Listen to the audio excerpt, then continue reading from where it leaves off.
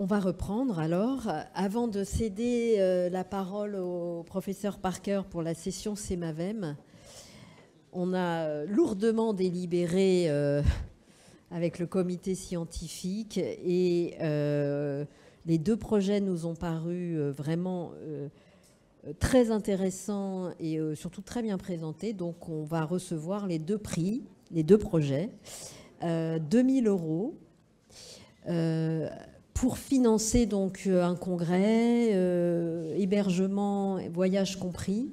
C'est pas évidemment de l'argent qu'on peut verser sur le compte en banque des... Ils aimeraient bien, hein, je pense, c'est Thésard, mais c'est un financement d'une formation type DIU ou un congrès. Donc bravo à vous deux. Je ne sais...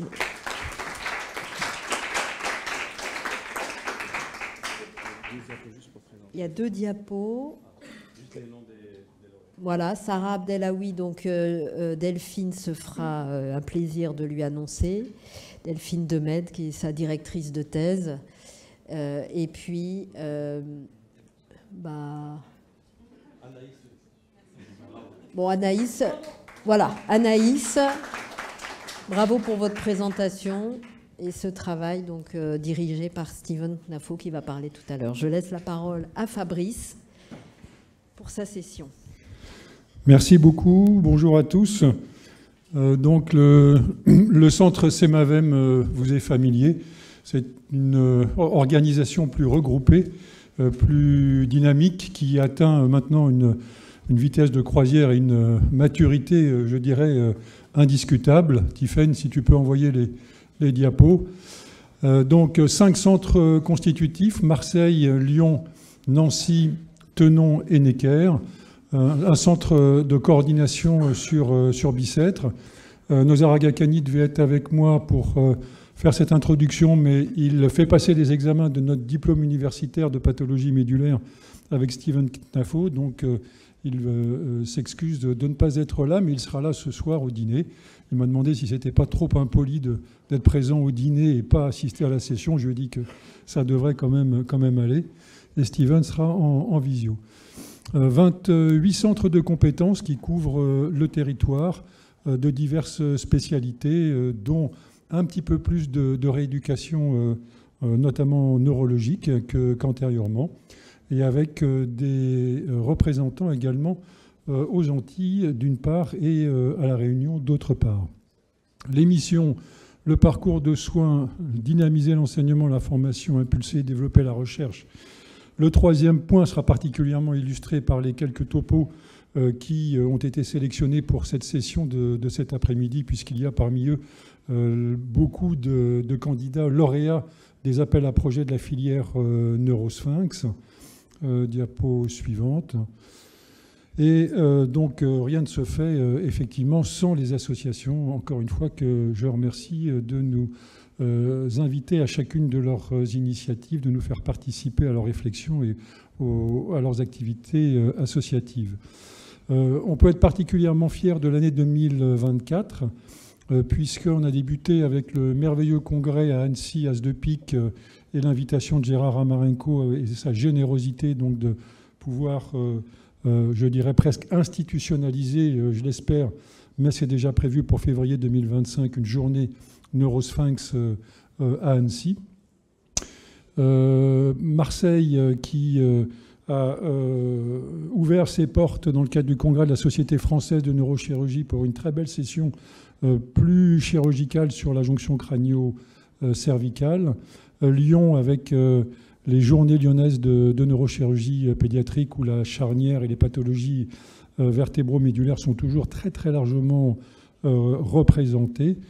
Et puis Nancy, donc avec le congrès de la Société française de neurochirurgie pédiatrique qui est donc prévu pour le mois de juin.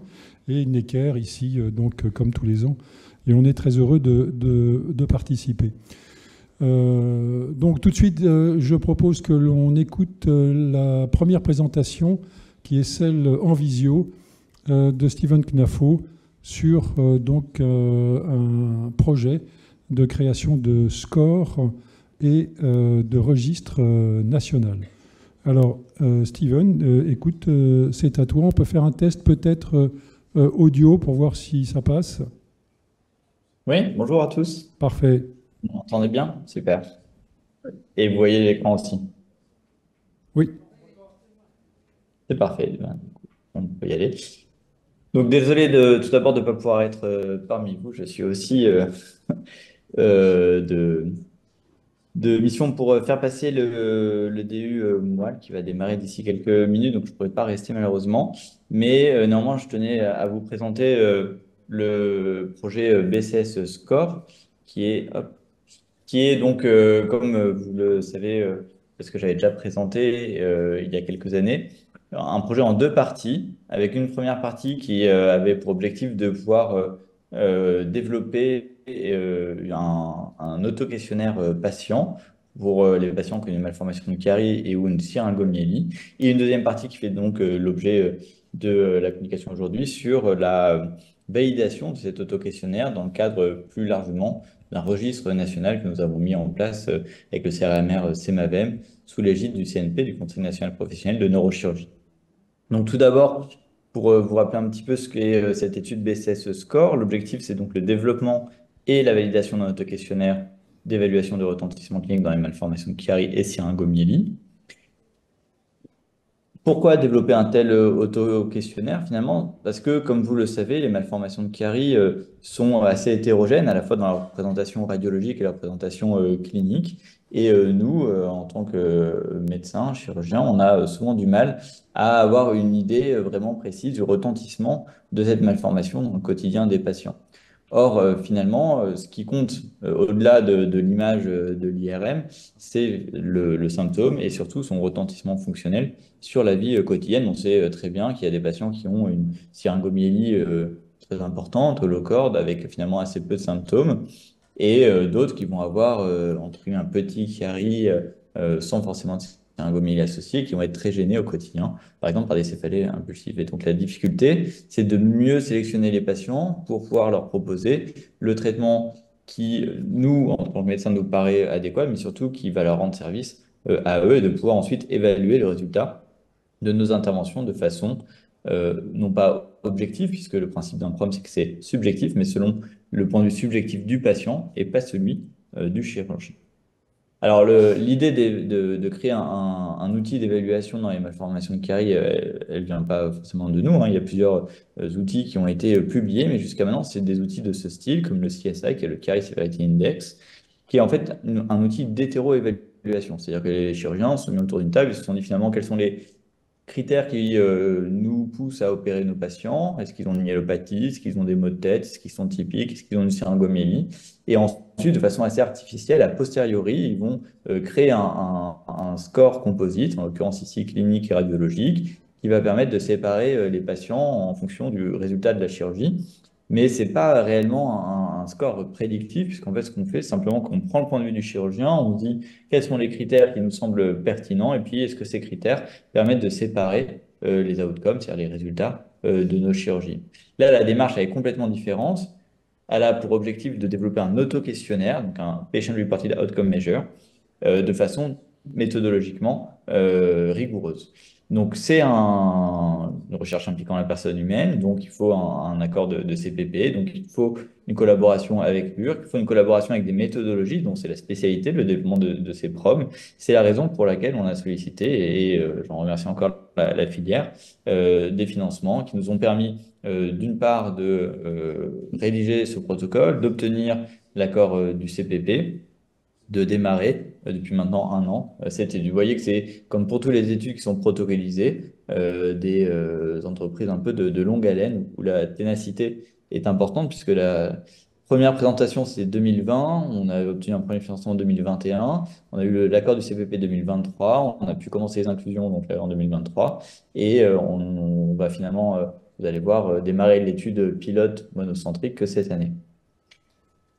Donc, on s'intéresse aux patients qui ont une malformation de Chiari ou une syringomyélie et ou une syringomyélie. Donc, les syringomyélies peut être d'origine foraminale en rapport avec le Chiari ou non.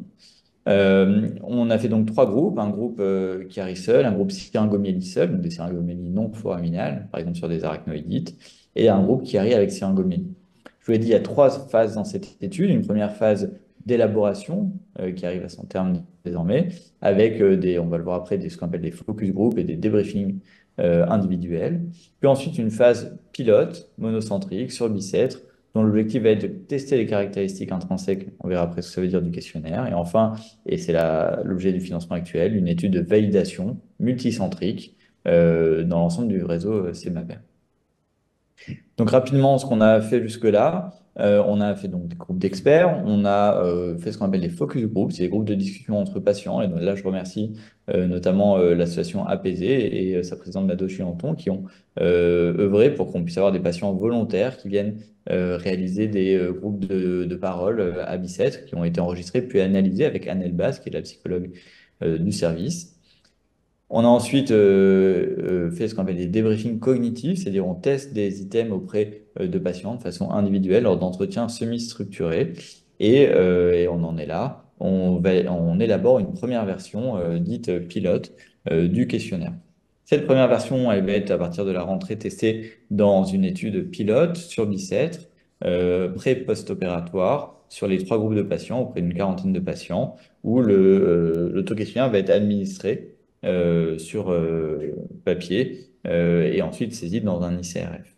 L'objectif de cette première étude pilote, c'est de tester ce qu'on appelle la validité interne, c'est-à-dire de savoir par exemple si les questions sont bien comprises, si on a des questions qui sont répondues toujours de la même façon, peut-être elles ne sont pas très pertinentes, si on a des questions plusieurs questions qui varient toujours de façon similaire, peut-être que ce n'est pas non plus très pertinent, etc. Au terme donc, de cette étude pilote, on aura un questionnaire définitif qu'il faut ensuite valider lors d'une étude multicentrique avec un plus grand nombre de patients, 80 patients.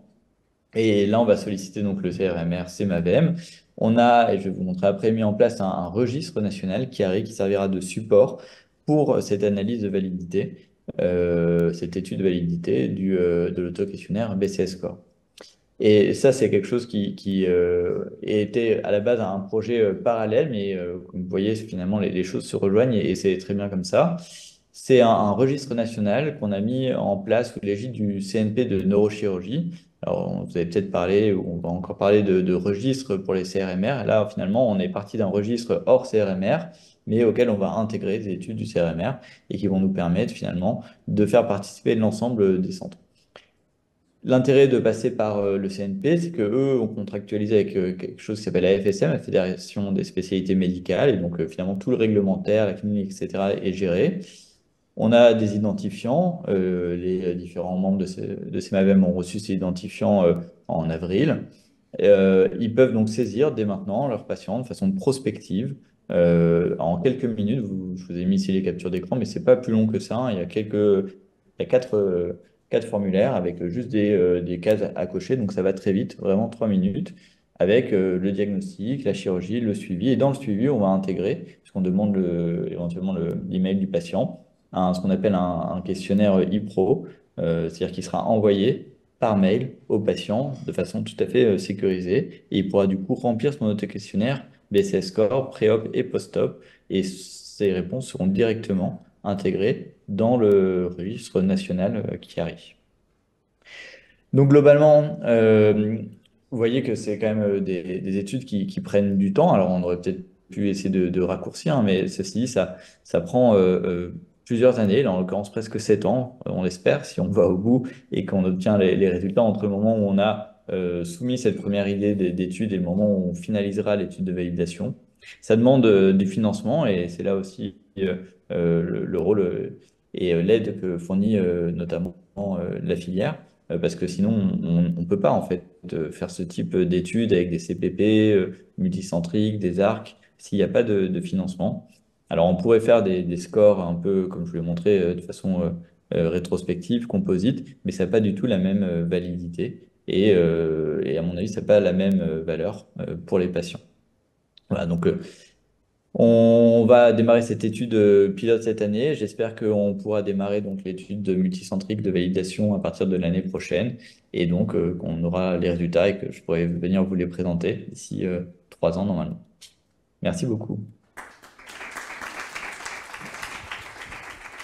Donc un gros travail méthodologique Peut-être une question. L'après-midi va être assez dense, assez soutenu, donc on pourra échanger un petit peu, mais peut-être pas trop non plus. Est-ce qu'il y a une question sur ce score?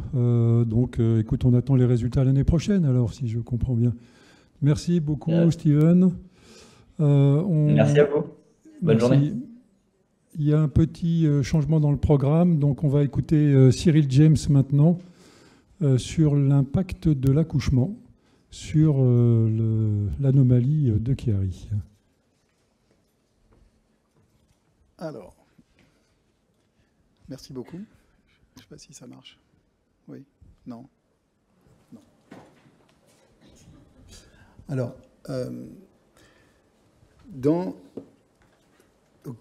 comme vous avez vu tout à l'heure, en fait, je m'intéresse beaucoup à l'anténatal. Et comme je fais partie du centre de référence, je m'intéresse surtout à ce qu'il y a sur la moelle épinière, etc. Et donc, je ne vais pas redire ce qu'est un Chiari, mais en fait, si, je vais le redire. C'est une descente des amygdales cérébelleuses à plus de 5 mm du trou occipital, avec l'amygdale qui descend un petit peu bas ici. Et ça peut engendrer une syringomyélie qui est du liquide céphalorachidien dans la moelle épinière. Ça, c'est pour reprendre la base de ce qu'est un Chiari. Donc, il y a différents types de Chiari et différentes origines de Chiari. C'est extrêmement compliqué de savoir d'où ça vient et pourquoi ça apparaît et quand ça apparaît surtout. Par exemple, cet enfant ici, à 6 mois, chez qui on a fait une IRM, on voit que ses amygdales sont très belles, qu'elles ne descendent pas et que tout va bien. On l'a opéré au niveau du crâne, et puis à 9 mois, ça descend un tout petit chouille, parce que quand on regarde vraiment bien, on voit que ça descend un tout petit peu. Et on est à 5 ans et 9 mois. Alors, on ne voit pas bien, mais, parce qu'il y a de la lumière, mais là, on a vraiment une descente très basse de la moelle épinière, avec l'apparition, et là, on voit pas, avec la lumière, on ne voit pas très bien, mais il y a une grosse syringomyélie. Et donc, on s'est posé la question de pourquoi ça peut arriver chez les enfants et quelles sont les origines étiologiques de ces Chiari, sachant que quand j'opère, moi, les tout jeunes, je me retrouve devant des amygdales qui sont normales et un réseau arachnoïdien inflammatoire de tissu arachnoïdien qui est probablement à l'origine des troubles d'écoulement du liquide. Et ces troubles d'écoulement du liquide peuvent être à l'origine de la descente des amygdales cérébelleuses dans le trou occipital. Donc ce dont on a pensé, c'est que ça peut créer une hyperpression dans la partie dans le crâne qui va faire que les amygdales vont descendre au fur et à mesure. Lors de l'accouchement, donc on s'est intéressé. Alors, on s'intéresse à l'accouchement depuis des dizaines et des dizaines d'années. On a toutes les origines d'hémorragie cérébrale de l'accouchement. Et l'origine initiale, c'est on pensait que c'était que lié au placenta, qu'il pouvait y avoir des problèmes d'ischémie, d'anoxie, d'asphyxie à cause du placenta et des hémorragies cérébrales lors de l'accouchement chez les enfants, avec l'apparition de handicaps, de troubles, etc. Mais depuis aussi plusieurs années, il y a même eu des études qui ont été faites il y a plus d'une cinquantaine d'années maintenant, où les femmes accouchaient sous radio, et on voyait la déformation des os du crâne dans le bassin lors de l'accouchement. Et on sait que, globalement, si on fait des IRM à tout le monde, il y a presque un enfant sur 2 qui peut avoir du sang au niveau de la fosse postérieure, donc à côté du cervelet, parce que...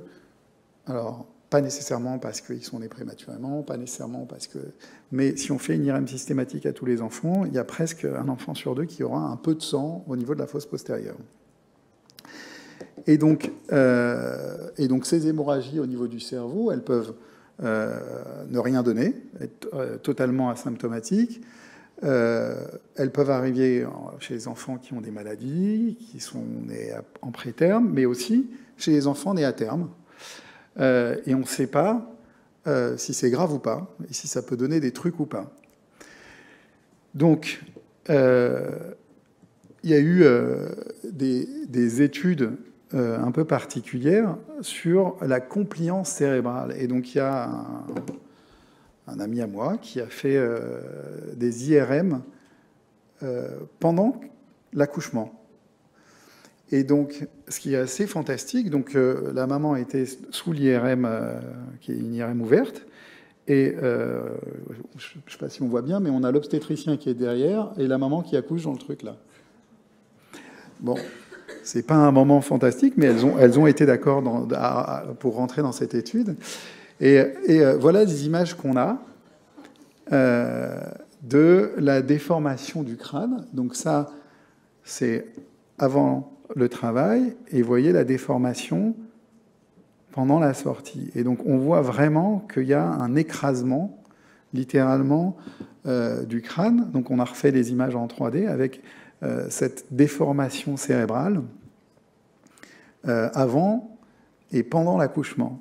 Donc c'est quand même un sacré traumatisme au niveau du cerveau. Et quand on regarde toutes les images qui ont été publiées et tout ce qui a été décrit jusqu'ici, on voit que, en fait, on est fabriqué en petits morceaux au niveau du crâne, pas pour le plaisir, mais parce qu'on doit passer dans une filière qui est beaucoup plus petite que la taille de notre tête.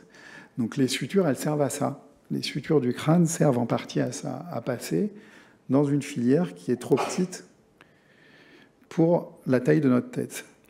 Et ce qui se passe quand on regarde les vaisseaux, on a des veines, on a des petites veines ponts qui sont au niveau de la fosse postérieure ici, et quand on allonge tout ça, ça les étire et ça les rompt en partie. Et ça crée, ça, c'est une image postnatale d'un enfant né à terme, normal, et sur lequel le radiologue met petite hémorragie anodine normale. Et c'est ce qu'on a de manière assez fréquente. Donc ces images-là peuvent être peuvent passer totalement inaperçues en disant voilà, on a un peu de sang, mais c'est normal puisque c'est du postnatal immédiat et c'est pas grave du tout. Donc en partant de là, et on sait que quand il y a du sang, ça crée un mécanisme inflammatoire qui augmente les risques d'arachnoïdite et qui peuvent aboutir à la fermeture lente et régulière de la du foramen magnum, donc du trou dans lequel doit passer le liquide céphalorachidien, être à l'origine d'un problème de pression qui va, à terme, faire descendre les amygdales. Et c'est sur ce... Alors, je ne dis pas qu'on va essayer de trouver l'origine de tous les caries, parce qu'il y a probablement plein de caries différents, mais en tout cas, les caries extrêmement précoces, néonataux, chez qui on a du mal à essayer de trouver une origine, parce que bien qu'on cherche des origines génétiques, bien qu'on cherche plein de choses, on n'arrive pas à en trouver. D'autre part, quand on regarde dans la littérature et qu'on voit les échos anténatales de beaucoup de bébés, il n'y a pas un seul article sur la présence d'un carie de type 1 anténatal. Donc soit ça n'existe pas, soit on passe à côté. Mais en tout cas, les caries 2, donc, qui sont liés au spina bifida, il y en a, mais des caries 1 anténatales, il n'y en a pas. Donc ça veut dire que le carie, il arrive en postnatal. Donc dans notre protocole de recherche, le but c'était de savoir, s'il y avait des caries anténataux, déjà, donc faire des IRM anténatales. Et l'avantage ici à Lumière, c'est que dans le pôle obstétrique ici, ils font plus de 440 IRM anténates par an pour toutes les maladies, quelles qu'elles soient. Donc on a une cohorte de patients sur lesquels on va pouvoir dire est-ce que ça existe ou pas. Et on va réaliser des IRM anté- et postnatales avec une IRM postnatale à 3 mois qui va nous permettre de nous dire il y a eu du sang ou il n'y a pas eu du sang en période néonatale. Et les suivre et confirmer au long terme ce qui se passe pour voir si les amygdales, quand il y a eu du sang, descendent ou ne descendent pas. Est-ce qu'il y a une corrélation entre le traumatisme obstétrical de l'accouchement par voie basse comparé au traumatisme obstétrical par les césariennes, parce qu'elles ne passent pas là-dedans, et vérifier s'il existe ou pas une association entre le traumatisme obstétrical et l'apparition d'un Chiari.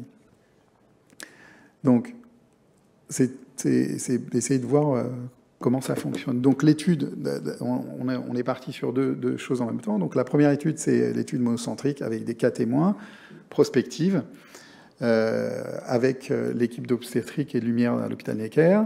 Et donc, on va se baser sur les données d'imagerie du fœtus en anténatal et les données en postnatal, avec l'histoire de l'accouchement, la façon de l'accouchement, les données cliniques à la naissance et la compliance du bébé. La deuxième, c'est avec l'association Apaisée, on va envoyer des formulaires pour essayer de récupérer toutes les données qu'on a sur la naissance, l'apparition des symptômes et les caries. Donc c'est une étude rétrospective et pour essayer de savoir si on peut trouver une corrélation entre les deux. Voilà, je vous remercie.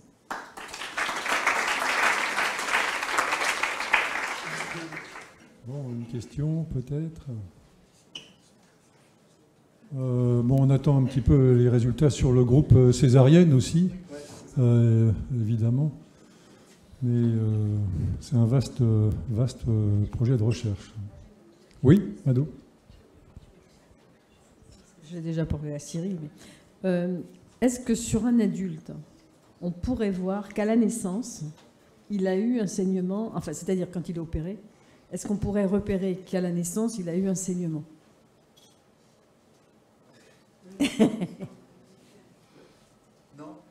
Non, on ne pourrait pas voir.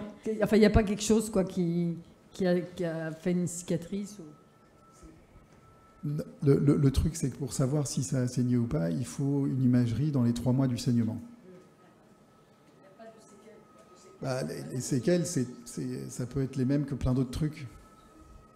Donc, c'est pas possible, à mon avis.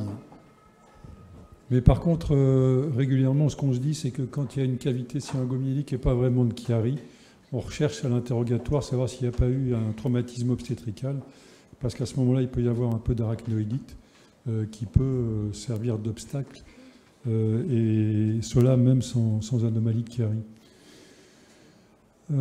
Olivier, merci beaucoup de venir un peu à ma demande, de nous parler de ton expérience, qui est celle de l'équipe de Nancy, mais qui est aussi, je le sais, beaucoup la tienne, sur certains aspects de la prise en charge chirurgicale des lipomes lombosacrés.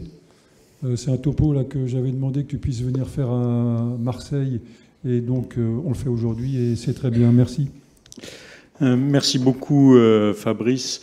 Merci pour cette invitation. C'est vrai qu'au départ, je ne tenais pas forcément à faire ce topo que je trouvais extrêmement chirurgical, mais bon, j'ai changé aussi quelques éléments.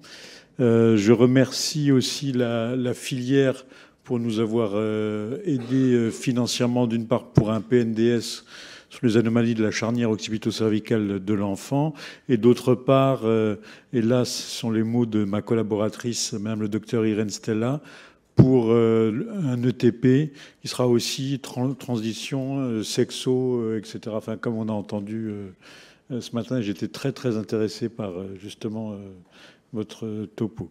Et puis merci aussi à Cyril James pour les gentils mots qu'il a eu à mon égard tout à l'heure. C'est vrai que à titre plus personnel, je suis très heureux de pouvoir revenir parmi vous. Voilà. Alors, quelques mots aussi sur celui qui a été mon maître, puis ensuite un compagnon de route, et puis ensuite un ami très cher jusqu'à son décès malheureusement. Donc aujourd'hui, on va parler des lipomes lombosacrés. Je vais passer sur l'épidémiologie. Je vais juste dire un tout petit mot d'embryologie. Je ne méconnais pas ce que Cyril a dit sur les classifications, donc bon, mais on s'en sert quand même. Vous avez la normalité en haut à gauche, le sinus dermique à droite, et puis ce qui va nous nous intéresser, c'est ça, c'est-à-dire quand la peau effectivement est fermée, mais l'os est ouvert et le contenu et parfois même la moelle épinière et les nerfs vont être canalisés par du mésoblaste paraaxial qui normalement est latéralement et par rapport à la gouttière neurale et ne pénètre pas normalement dans le tube neural. Alors, dernière classification, après je vous embêterai plus du tout avec les classifications. Toujours pareil, la normalité en haut à gauche, mais les schémas de Cyril, je suis certain que vous les avez encore en mémoire. Et puis ensuite, c'est toutes les formes possibles de lipome. La forme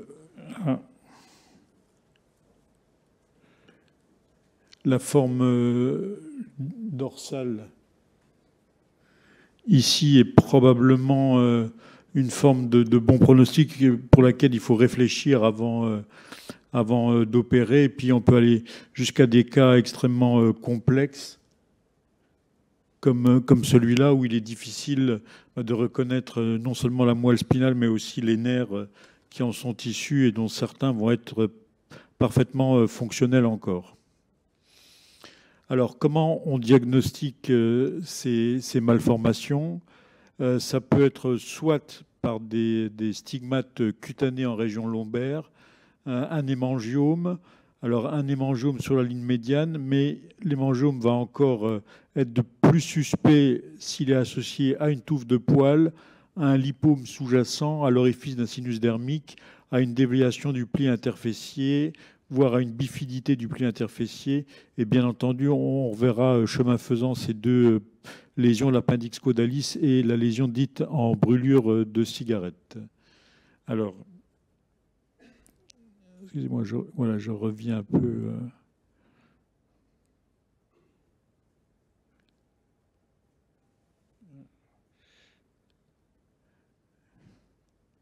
Donc voilà ce qu'on peut voir, hein, un lipome sous-cutané, une déviation du pli interfessier, la même chose avec en plus un angiome, et puis une forme ulcérée qui est extrêmement rare, mais qu'on voit de temps en temps aussi.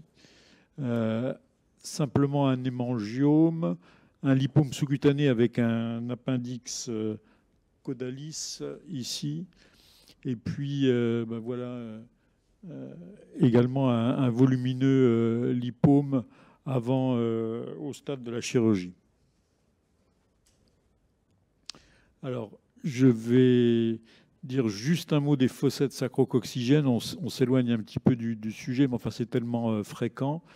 Il y avait un de mes maîtres que Cyril a connu qui s'appelle Alain-Pierre Kahn, qui disait que la fossette sacro-coccygène, c'est un très très mauvais terme. Parce que où elle est sacrée, où elle est coccygène. Si elle est coccygène, en gros, il n'y a pas grand-chose à craindre, mais si elle est sacrée, et surtout si elle est à plus de 5 mm de l'anus, plus de 2,5 mm de l'anus ou qu'elle fait 5 mm de large, elle est suspecte. Le deuxième, on va dire, la deuxième circonstance dans laquelle on peut voir ces enfants, quand le diagnostic n'a pas été fait avant, malheureusement, c'est le syndrome de moelle attachée. Alors, le syndrome de moelle attachée, ce sont des troubles progressifs neurologiques, urinaires et orthopédiques qui sont en relation avec cette fixation congénitale ou une traction progressive sur la moelle spinale. Alors, finalement, quand on a un lipome comme celui-là, comment on peut avoir des troubles neurologiques déficitaires? Alors, parfois, on est avec un déficit qui est congénital. Alors, celui-là, vous aurez du mal à l'améliorer, c'est sûr. Sinon, il y a 3 autres circonstances. Il y a le syndrome de moelle attachée dont on vient de parler. Il y a la myélodysplasie, c'est-à-dire que parfois, au bout de la moelle, elle n'est pas si normale que ça, tout en n'ayant pas du tout le même pronostic qu'une myéloméningocèle, évidemment. Mais on peut avoir des petites myélodysplasies distales. Et puis, ce qui a été en France un petit peu mis de côté pendant des années, mais c'est l'effet de masse du lipome. Aujourd'hui, on en est certain, il y a suffisamment de littérature sur le sujet. Plus le lipome est gros, plus il y a de risque d'avoir des troubles neurologiques compressifs, finalement. Alors, encore une fois, je vous ai dit que c'était un topo assez chirurgical. J'ai essayé de montrer les étapes clés de la chirurgie. Alors, le monitoring, c'est vrai qu'on monitore beaucoup en distal, mais aussi les potentiels évoqués moteurs, et puis on fait des stimulations assez régulière. On a aussi des EMG péropératoires qu'on interprète nous-mêmes en tant que neurochirurgien, mais bon, avec l'habitude qu'on arrive à interpréter. Bien installer le patient. Attention aux points d'appui, notamment au niveau thoracique, notamment au niveau abdominal. On repère avec l'amplificateur de brillance. Et la première étape, quand on a un peu l'habitude, elle est simple, c'est disséquer le lipome par rapport à la graisse normale sous-cutanée.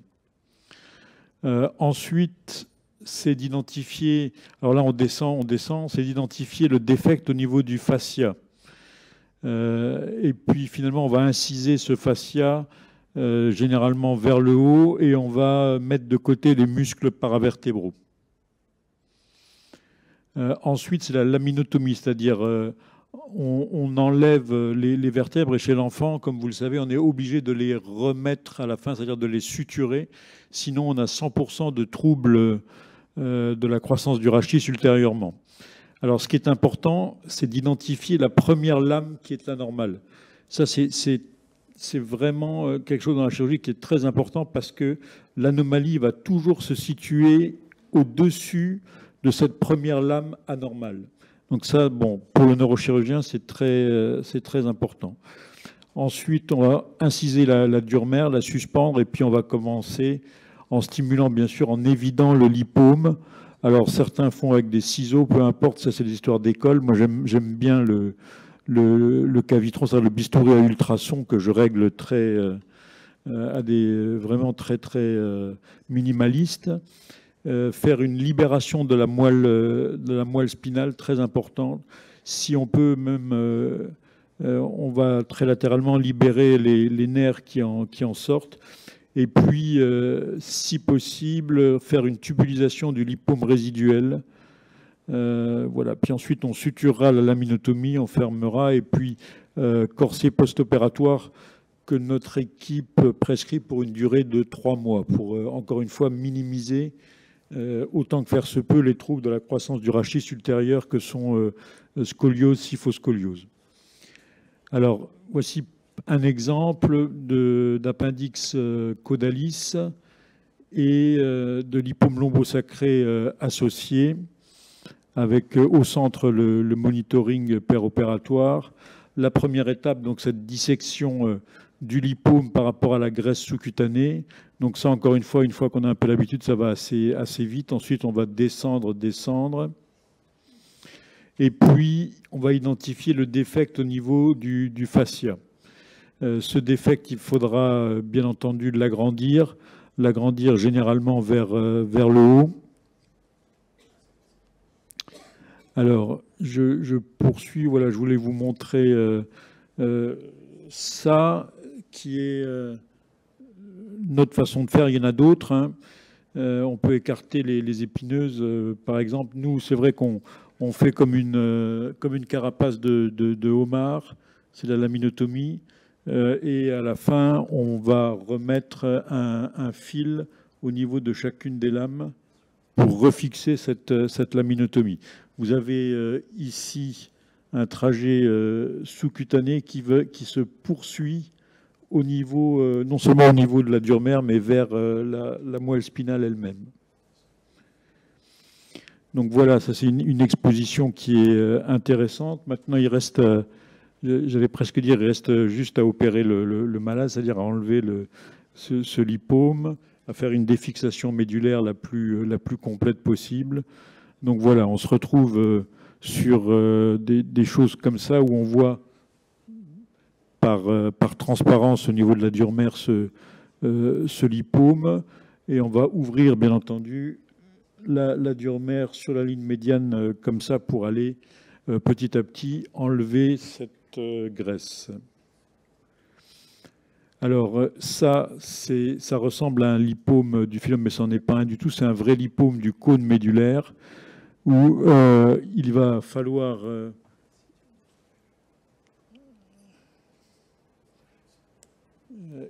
ici prolonger l'ouverture durale, bien entendu, vers la petite attache que vous voyez en bas.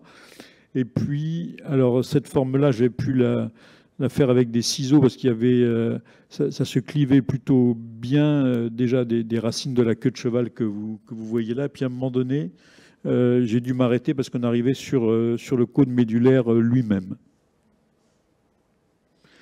Donc voilà, on a ce type de configuration. Alors même en stimulant, c'est pas toujours facile de s'y reconnaître. On dégage ici aussi les racines nerveuses et puis on va enlever ce lipome. Le but, c'est aussi d'enlever ce lipome au maximum. Bon, je vais passer sur ces très, très chirurgicales. Voilà ce qui nous arrive voilà, de voir et d'opérer. Là encore, dure mère ouverte, le lipome est a déjà beaucoup diminué. Ensuite, on va le sectionner tout en bas pour libérer la moelle complètement. Mais évidemment, on y va progressivement. C'est un jeu de patience. Hein. Alors, pour la petite histoire, je crois qu'en neurochirurgie pédiatrique, c'est ce qui m'a pris le plus de temps au niveau de l'apprentissage. J'ai estimé qu'il m'a fallu 10 années pour être, maintenant je peux le dire, à l'aise dans ce type de chirurgie.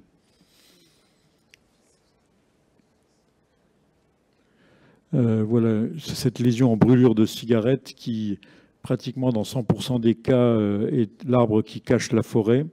Même si ici, vous voyez, elle est un petit peu eczématiforme sur le bord, il y a toujours un trajet fistuleux et une moelle attachée.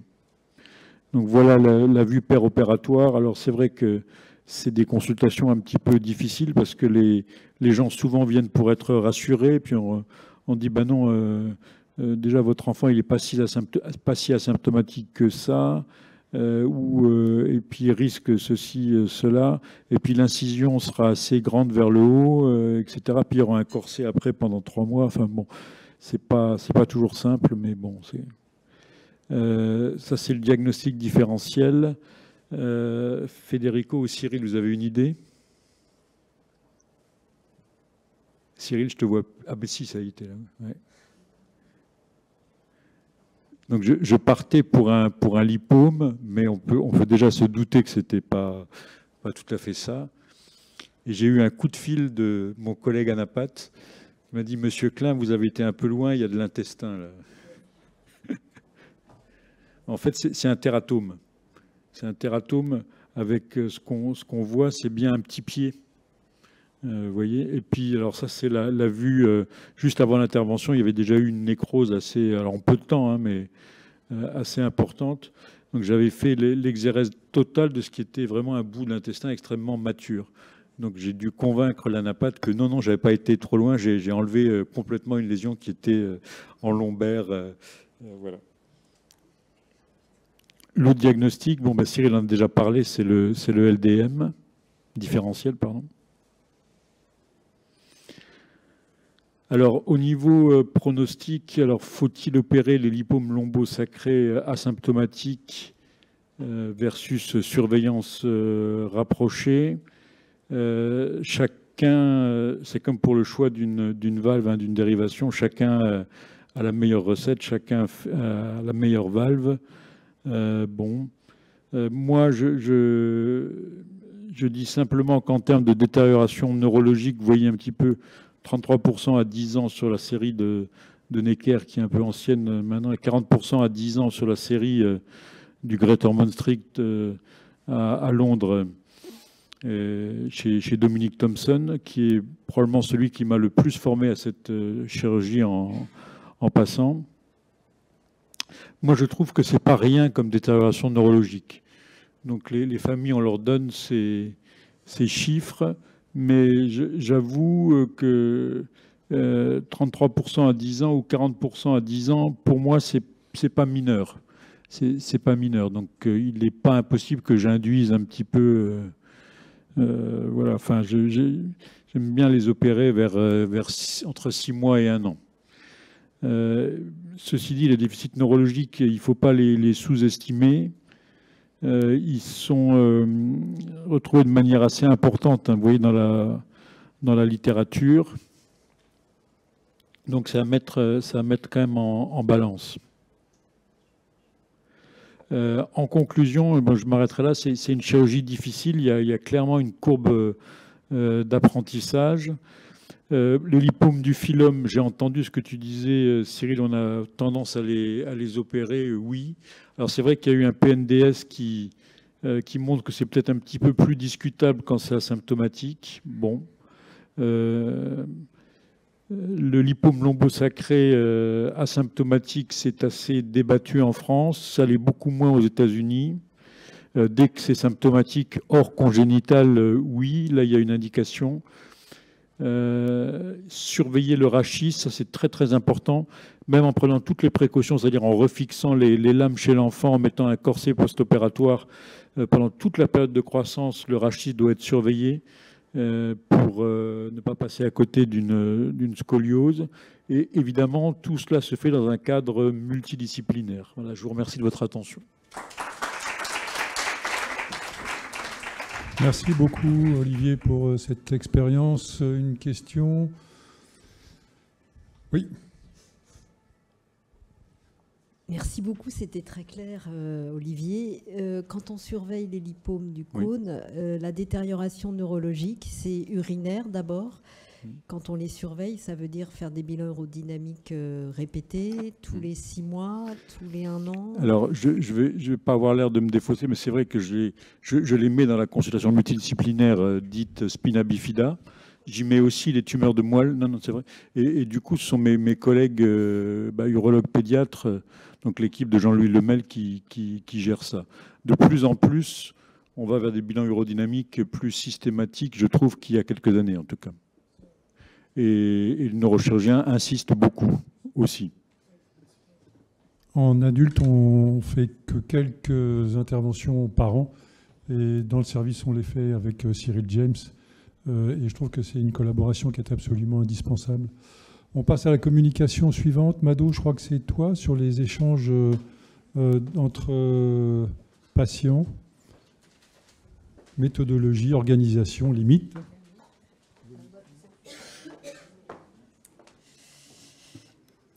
Bonjour à tous. Je remercie encore une fois la filière et Célia Crétol de nous inviter à parler dans cette journée qui est importante parce qu'on se retrouve quand même et c'est bien aussi de se retrouver parce qu'on travaille toujours dans nos coins. Et puis je remercie bien sûr Semavem et Fabrice Parker de m'avoir encore demandé si on voulait faire une communication. Donc moi je voulais parler d'une nouveauté chez APZ, ce qu'on appelle les rendez-vous d'APZ. Et qui est la mise en place de groupes, de groupes d'échange. Alors, pourquoi ces groupes d'échange? J'ai déjà présenté l'année dernière, fait une grosse enquête sur laquelle on avait plus de 2000 répondants.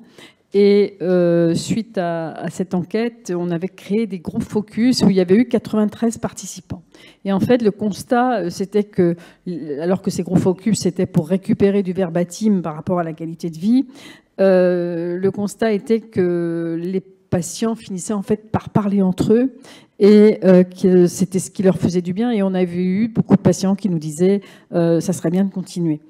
On a donc une forte demande que les groupes perdurent. On a eu au sein de l'association, nous avons au sein de notre comité, notre conseil d'administration, une personne qui a passé un DESU douleur, qui est elle-même atteinte et qui est psychologue, et elle a fait aussi carrément une étude, elle, de retour de ce que ça pouvait apporter aux patients que de participer à des groupes d'échange comme cela. C'est un groupe qui est un groupe de parole libre, qui est simple, qui est assez accessible à tous les patients, et en particulier parce qu'on a choisi de le faire en visio, parce que les patients sont un petit peu sur toute la France, voire bien ailleurs. On a fait une mise en place d'actions fin 2023, c'est-à-dire que, comme toujours chez APSD, on est quand même assez structuré au niveau de notre direction, en quelque sorte, et c'est une réflexion qu'il y a eu au sein du bureau et au sein des personnes qui voulaient bien être ceux qui allaient devenir les modérateurs. Alors, on précise bien, ce n'est pas un groupe de parole. Alors, il y a une différence entre un groupe d'échange et un groupe de parole. Dans un groupe d'échange, pour tous les deux, le groupe est limité en nombre de personnes. Il y a une animation, une co-animation. Il y a un temps d'échange et d'écoute qui est bienveillant, sans jugement sur l'expression du vécu et des ressentis. Et c'est régi par un cadre qui est le respect, le non-jugement, la confidentialité. Tout ça, c'est régi aussi par une charte auquel adhèrent les patients qui vont participer. Mais dans le groupe d'échange, l'animateur qui est bénévole ou qui est un professionnel de santé est garant du bon déroulement du groupe et des échanges. Il n'intervient que si nécessaire, c'est-à-dire s'il y a quelqu'un qui dérive pendant le déroulement du groupe. Il ne va pas relancer en quelque sorte les échanges. Dans un groupe de parole, il faut une psychologue. Il faut une psychologue qui permet l'ébauche d'un travail déjà psychothérapeutique et en questionnant et en reformulant ce qui est exprimé. Et donc, il aurait fallu qu'on ait en permanence une psychologue disponible pour faire ce genre de groupe. Donc, nous, ce qu'on a choisi, c'est de faire un groupe d'échange. Donc, on n'est pas en aucun cas un groupe de parole. Les bénévoles, les animateurs, donc ils ont tous été formés à l'écoute active. Et là, je remercie en particulier l'Alliance Maladies Rares qui forme nos bénévoles. Il y a de nombreuses sessions de formation et en particulier à l'écoute active, en particulier parce qu'il y en a bien d'autres. Et actuellement, on a 7 personnes formées au sein de l'association à l'écoute active. Donc ces patients-là, cette personne-là, participent aussi à l'écoute active individuelle. C'est-à-dire qu'on a des lignes d'écoute et ce sont des personnes qui écoutent aussi les patients. Alors, les bénévoles, enfin les animateurs, qui en l'occurrence sont des animatrices, garantissent le bon déroulement du groupe et des échanges. Ils gèrent le côté technique, parce qu'il y a toujours, il faut quand même mettre la vision en route et tout ça. Ils rappellent les règles en début de réunion, c'est-à-dire ce qui est dit dans le groupe reste dans le groupe, la confidentialité, et ils n'interviennent pas ou seulement si quelqu'un déroge aux règles. Il y a bien sûr des sujets sur lesquels on serait obligé d'intervenir. On n'a pas eu à le faire jusque-là, mais si quelqu'un faisait une prosélytisme pour un soin de l'étranger, par exemple, nous serions obligés d'intervenir. Et l'animateur, il conclut la réunion par une synthèse finale de ce qui a été dit. C'est simplement une reprise de ce qui a été dit. Donc ça demande quand même pour l'animateur une certaine formation et une certaine d'être bien mobilisé pendant cette heure et demie. Ça dure 1h30, une heure et demie. Et selon les groupes, on a 2 modérateurs. Donc il y en a un qui modère et un qui écoute et qui apprend. Parce que c'est par l'expérience qu'on apprend. Puis avant, certains animateurs ont été formés, mais ne se sentent pas au départ de se lancer dans l'animation du groupe. Alors l'organisation. Depuis janvier, on a un groupe adulte malade. Donc comme vous le voyez, on a nous on aime beaucoup faire des jolis flyers et des jolies choses. Donc effectivement, on relance par newsletter. Ce sont des groupes qui sont réservés aux adhérents. Il est important aussi, les réseaux sociaux c'est bien, ça fédère beaucoup de gens, mais il est important que les gens sachent qu'est-ce que c'est en 2024 l'engagement. Moi je suis toujours partisane de dire que nous sommes avant tout des citoyens malades, et donc l'engagement il commence aussi par un engagement dans une association quand on veut qu'une association fonctionne. Donc c'est réservé aux adhérents. C'est limité à 8 personnes. Il y a effectivement les personnes qui doivent s'inscrire. C'est une aide, Et effectivement, ils doivent s'inscrire. À ce moment-là, quand la personne est inscrite, elle va recevoir un lien sur lequel elle va pouvoir se connecter à une heure dite, un jour dit. Pour les adultes, c'est une fois par mois, le 3e jeudi du mois, il me semble, à 17h. Et depuis janvier, on a mis en place un groupe d'échange parents d'enfants malades, parce que c'est un autre groupe, et les parents d'enfants malades n'osaient pas venir dans le groupe d'échange adultes, parce qu'ils disaient, mais les malades ont besoin plus de parler de leurs symptômes. Et là, le groupe d'enfants, parents-enfants malades vient d'être lancé. Donc là, on a eu 3 personnes la dernière fois, mais on a vu, sur l'autre groupe, c'était 3 au début, puis maintenant, il est complet pratiquement chaque fois. Donc, l'organisation, donc je le répète, c'est réservé aux adhérents.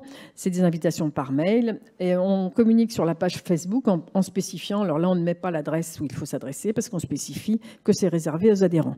Bon, je reconnais, c'est un petit peu de la pub, mais il faut bien aussi faire de la pub. L'inscription est bien sûr obligatoire et la durée est de 1h30 avec 8 personnes participantes hors les animateurs. L'intérêt et les bénéfices du groupe d'échange qu'on a noté, c'est une rupture d'isolement social. On a vraiment des patients qui sont très très seuls, c'est ce qui avait été mis en avant, même s'ils sont en couple, ils sont seuls en fait, qui sont seuls avec leurs symptômes, qui n'osent plus en parler, qui n'osent pas en parler. Et c'est une création où là on ose parler puisqu'on est avec un père qui ressent la même chose. C'est un partage d'expériences communes avec un sentiment d'appartenance, de se dire je ne suis plus seul, je fais partie de... Ça fait du bien de voir que je ne suis pas seule. Ça favorise la prise de recul sur sa propre situation aussi. Quand on s'aperçoit qu'on n'est pas tout seul dans une situation, on se dit en fin de compte, je prends du recul. Et le groupe a cette dynamique en fait de faire prendre du recul. Il y a une réassurance et une validation de ses propres ressentis. C'est vrai que parfois on a des symptômes qui sont quand même... on se demande si on n'est pas un peu dingue, quoi. Nous-mêmes, on se met nous-mêmes le fait de se dire mais c'est un symptôme, c'est bizarre comme symptôme. Et puis on s'aperçoit qu'il y a quelqu'un d'autre qui le ressent.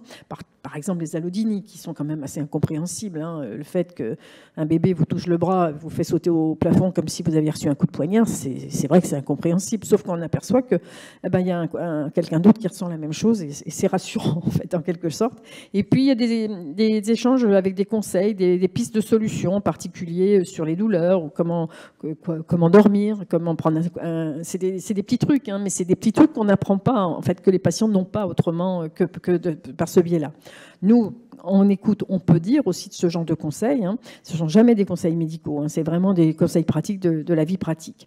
Et puis, il y a toujours le caractère libératoire de la parole. Tous les patients le disent, ils se taisent, ils ne disent pas qu'ils ont mal, ils ne disent pas quand ils ont mal. Et puis, tout ça, ça entraîne une diminution de la détresse psychologique. On voit les patients qui reviennent, qui se réinscrivent, en fonction, effectivement, aussi de leur disponibilité. Quel retour on a sur le groupe d'échange adultes, en 5 mois, on a eu 30 participants, avec une moyenne de 6 participants par groupe, et on en avait moins au début, puis là, ça monte. Il y a la publicité aussi qui se fait. Et on a eu 3 personnes 2 fois.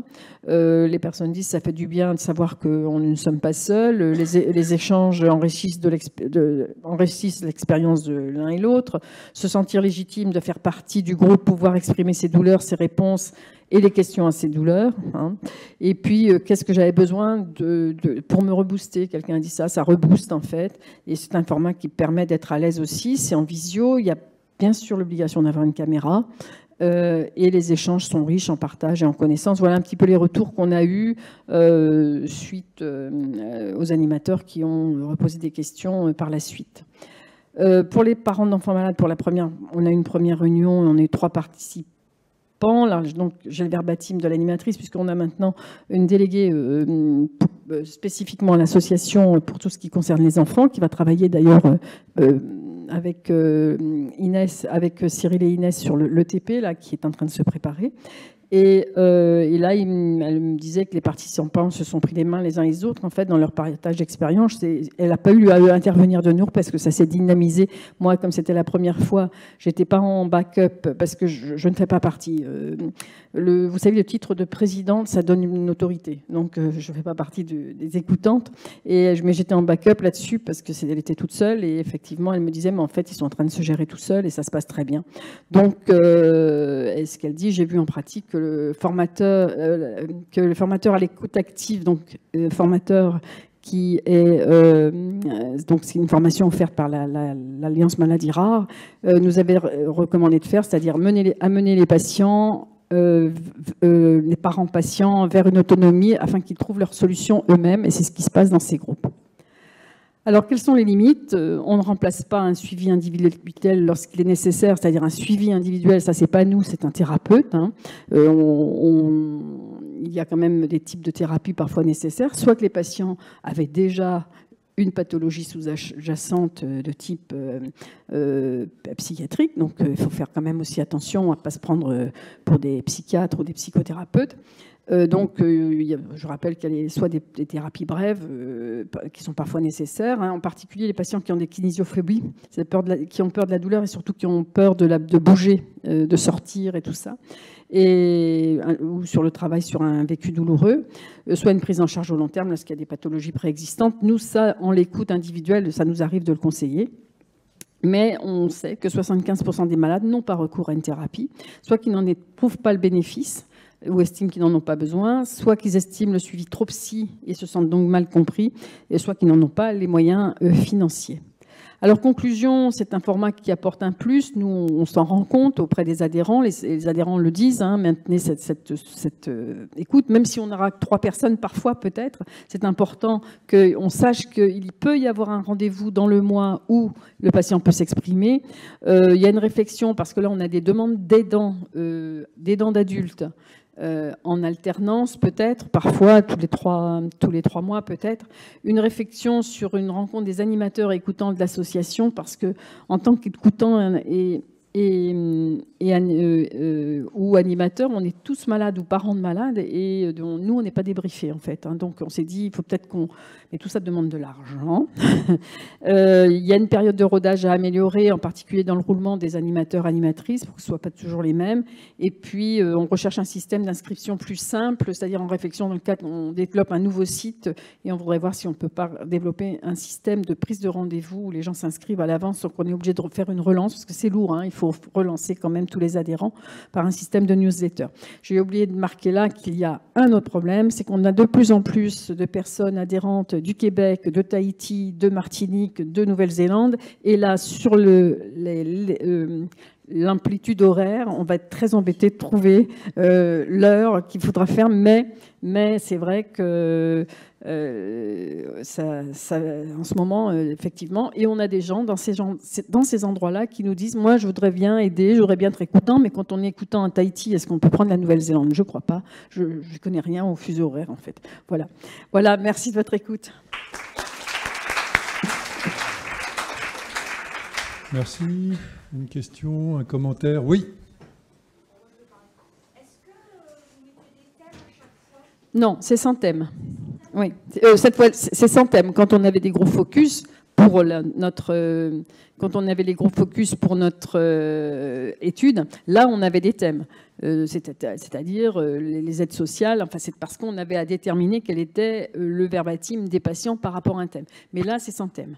Ouais. C'est un peu c'est un peu les patients au départ. Il y en a un qui part sur quelque chose et puis ça tourne, quoi. Ok, merci beaucoup. On passe à la... Oui, une question, pardon. Petite question.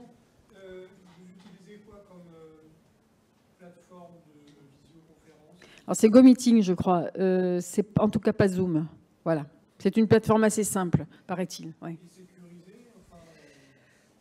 Alors, non, c'est des échanges. Il n'y a pas de sécurisation particulière. Comme on échange aujourd'hui à la BNDMR, on a tous sur Zoom ou sur GoMeeting ou sur... Non. Ok, merci Mado. On passe ensuite Malice Tang sur la dysfonction anorectale et l'intérêt d'un questionnaire, l'équipe de Tenon. Merci. Rebonjour. Donc, je remercie la filière de nous aider à financer ce projet qui est la validation d'un questionnaire sur les symptômes anorectaux chez les patients atteints de dysgraphisme. Alors pourquoi en fait les troubles anorectaux? Parce que chez nos patients atteints de dysgraphisme, les troubles anorectaux représentent quand même une proportion non négligeable. On retrouve environ 37% de constipation, 14% d'incontinence et 33% d'association constipation-incontinence. Comme l'a dit ce matin Célia, en fait l'objectif c'est de rendre les patients, et Ilona Lova d'ailleurs, de rendre continents ces jeunes patients, puisque en fait la continence, qu'elle soit urinaire et aussi fécale, représente un fardeau à la fois pour les patients eux-mêmes, les enfants eux-mêmes qui sentent et sont inconfortables vis-à-vis de ça, et également pour les aidants, puisque dans une étude, on retrouve que 27% sont à risque de burn-out et que les tâches les plus à risque de burn-out concernent surtout l'hygiène et le changement de protection. On sait également que les patients atteints de dysgraphisme, eh bien, en fait, sont 50% réfractaires des traitements de première ligne. Et si on regarde un petit peu la pyramide des traitements, en première ligne, donc on a les règles diététiques, les laxatifs, les suppositoires. Puis après, on passe aux irrigations coliques transanales. Et puis après, les stomies, les malones. Mais en tout cas, voilà, ils ne sont pas forcément tous très bien équilibrés avec un traitement de première ligne. Et donc, les troubles anorectaux sont quand même prépondérants à la fois en termes de prévalence, également en termes de qualité de vie et avec des thérapeutiques qui ne sont pas forcément simples. Alors en fait, chez l'adulte, globalement, les troubles anorectaux sont évalués par le NBD. En tout cas, chez les patients neurologiques, c'est le questionnaire de référence. Mais en fait, il est seulement validé chez le blessé médulaire. Sauf que finalement, quand on regarde ce questionnaire donc, qui évalue les troubles anorectaux chez le patient neurologique, on se rend compte qu'il y a des items qui ne correspondent pas du tout à d'autres populations neurologiques, comme par exemple, avez-vous des sensations de malaise ou de mal de tête ou de transpire au moment de la défécation, qui peuvent faire penser à une hyperréflexie autonome qui est en fait spécifique des patients qui sont blessés médulaires au-dessus de T6, mais finalement on a très peu ça dans nos patients qui ont un dysgraphisme, qui sont plutôt des atteintes lombosacrées, donc beaucoup plus basses. Donc par exemple cet item qui est coté, en fait il est caduque dans notre population de spina bifida.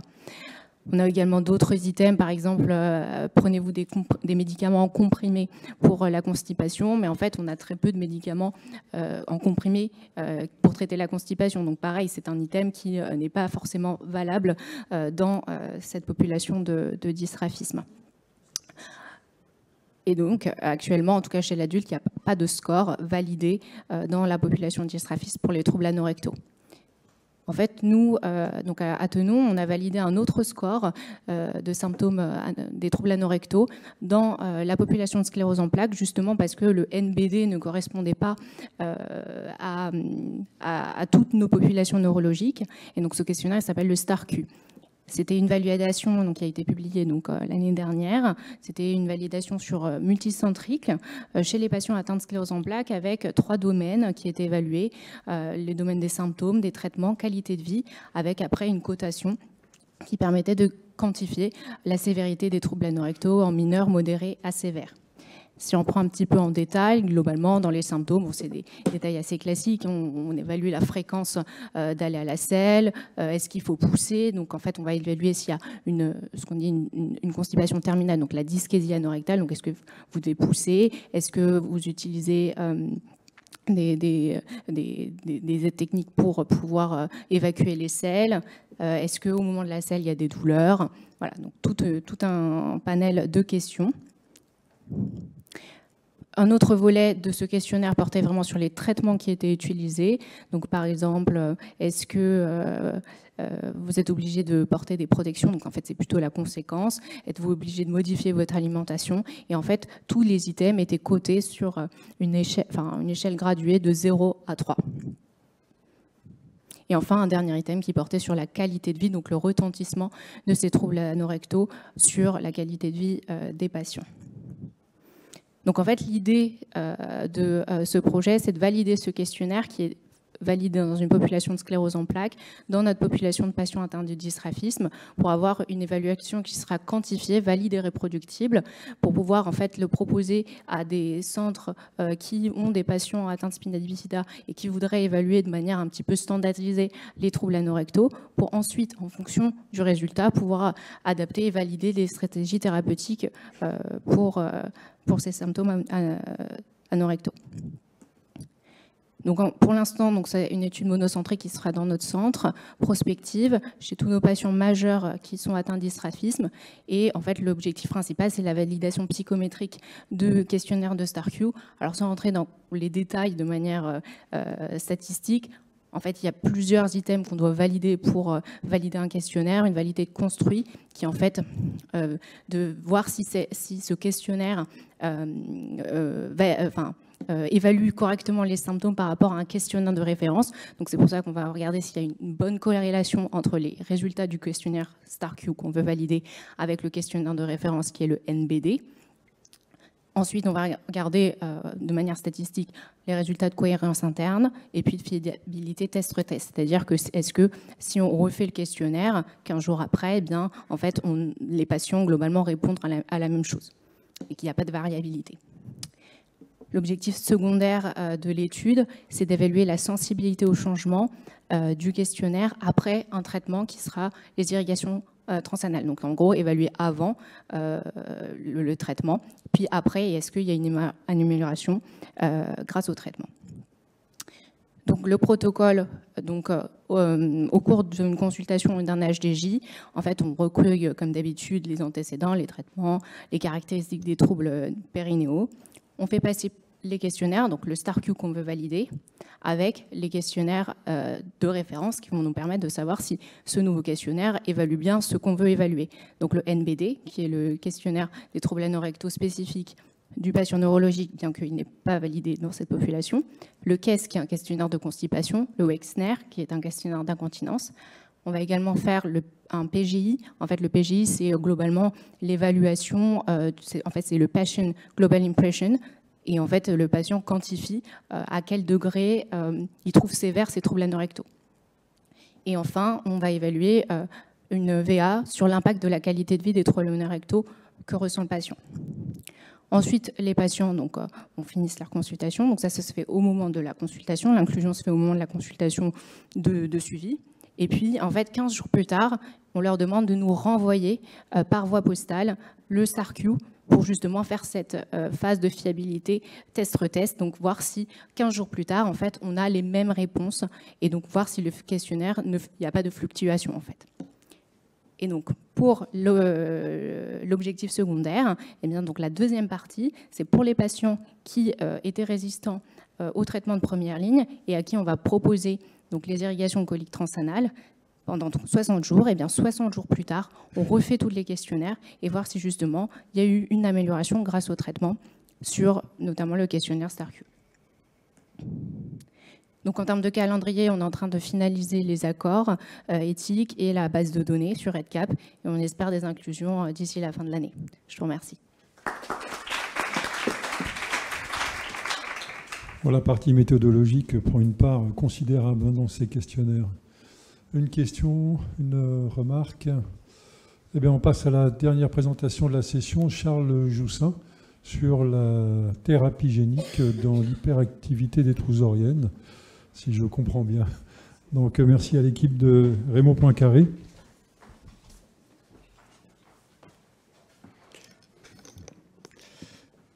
Bonjour à tous. En premier lieu, merci beaucoup de nous faire confiance et nous supporter dans ce projet qui a des traits un peu plus fondamentaux, vous allez le voir, mais qui néanmoins donc, a des perspectives cliniques et pour aider nos patients dans les années à venir.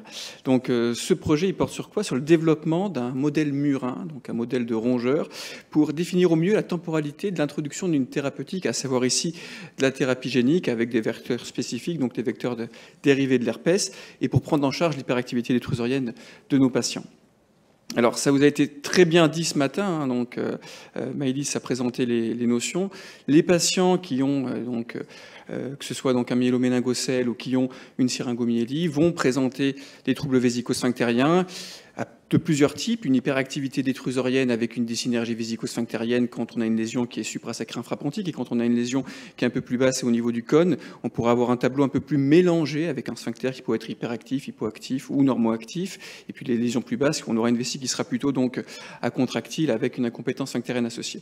Quoi qu'il arrive, la prise en charge de ces patients, elle est double. L'objectif est double, c'est de prévenir les complications, en particulier de ces vessies hyperactives avec une dysynergie vésico-sphinctérienne qui sont à haut régime de pression, et d'améliorer la qualité de vie de ces patients. Parce qu'une incontinence urinaire, des infections urinaires à répétition, et puis donc si on a une altération du haut appareil, c'est-à-dire des reins, une insuffisance rénale, la dialyse, sont des éléments qui grèvent la qualité de vie de ces patients et c'est important de pouvoir la prendre en charge.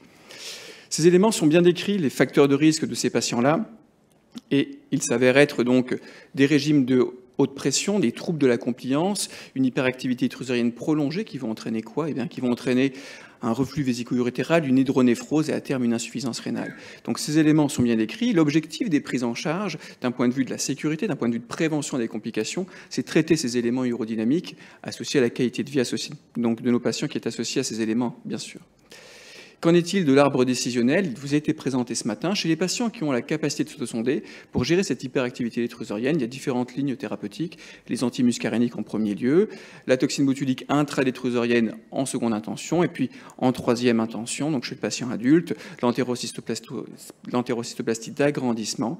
Quoi qu'il en soit, dans tous ces cas, on va avoir une paralysie de la vessie, et donc il faut vider la vessie de manière associée. Donc la vidange vésicale est associée au contrôle du réservoir vésical, du détrusor, donc avec des autosondages pluriquotidiens 4 à 6 fois par jour. Donc ça, c'est les prérequis.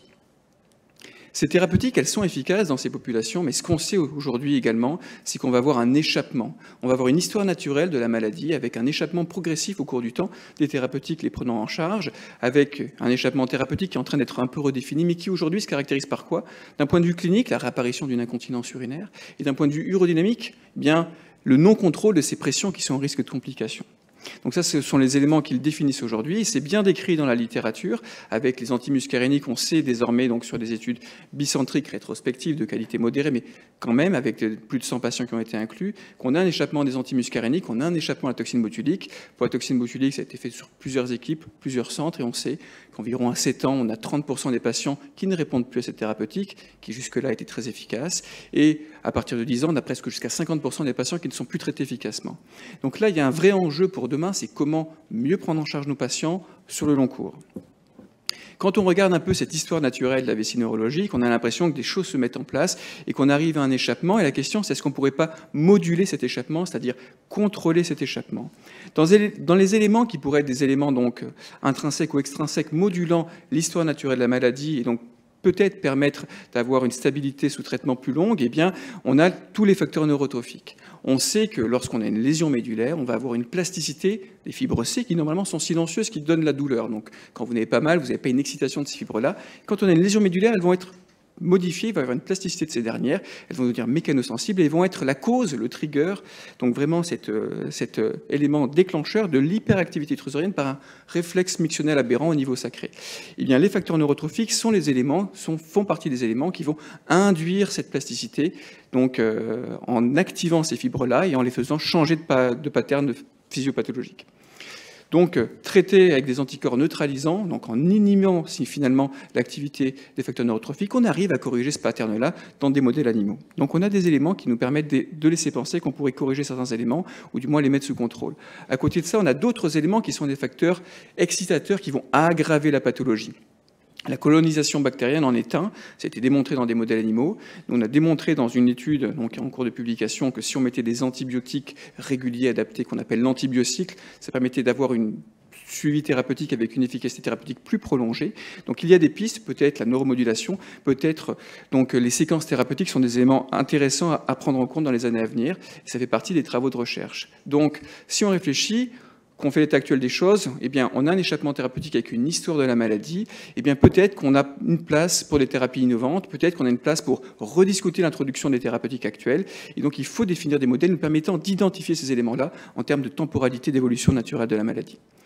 Et donc c'est un petit peu le but de ce projet et qui se divise sur 3 points. Donc le premier point, c'est l'identification des besoins au lit du malade. Et donc ça, c'est ce dont je viens de vous parler. Le deuxième point, c'est développer un modèle physiopathologique. Et c'est dont nous allons parler aujourd'hui. Donc pour mieux caractériser les éléments, pour ensuite définir de nouvelles stratégies thérapeutiques. Et moi, je m'intéresse particulièrement à la thérapie génique avec des vecteurs de l'herpès. C'est des éléments qu'on a développés d'ores et déjà dans l'équipe depuis une dizaine d'années, avec bientôt des patients, on l'espère, qui seront traités donc dans un essai clinique. Donc, pour ce modèle-là, comment on va faire? Eh bien, on va questionner la réversibilité de cette plasticité neuronale, comme je viens de vous le dire, et on va construire des vecteurs, donc des vecteurs dérivés de l'herpès.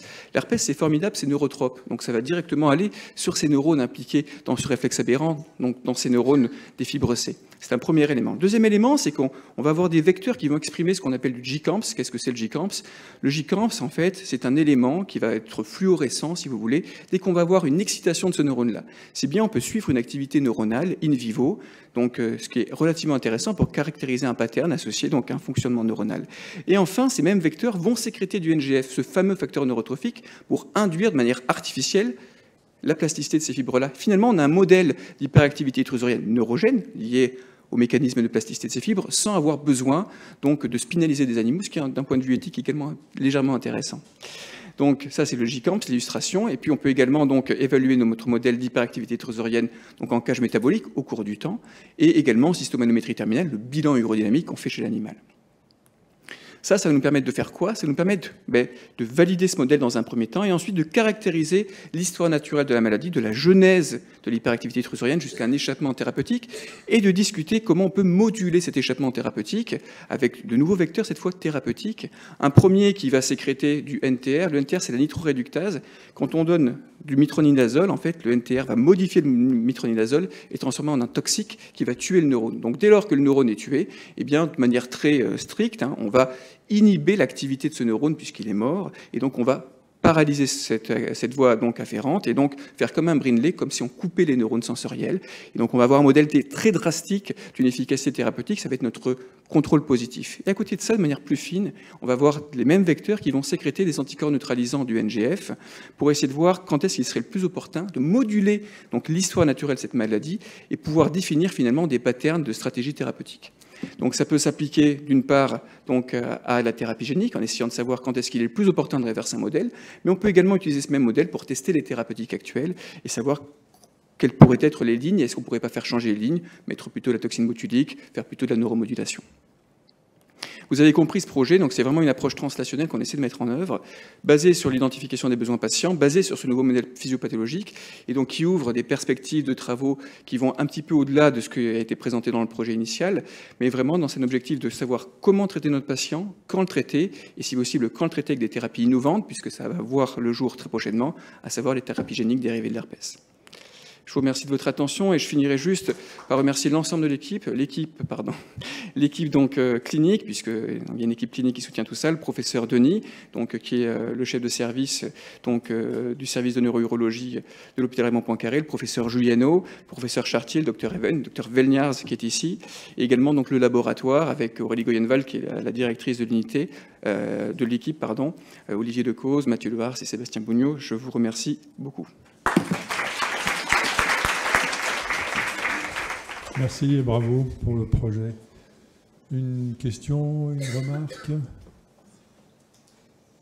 Eh bien voilà, on a terminé la première partie. Je crois qu'il y a 4 minutes de pause, pas plus, avant de rattaquer avec le centre Marvu.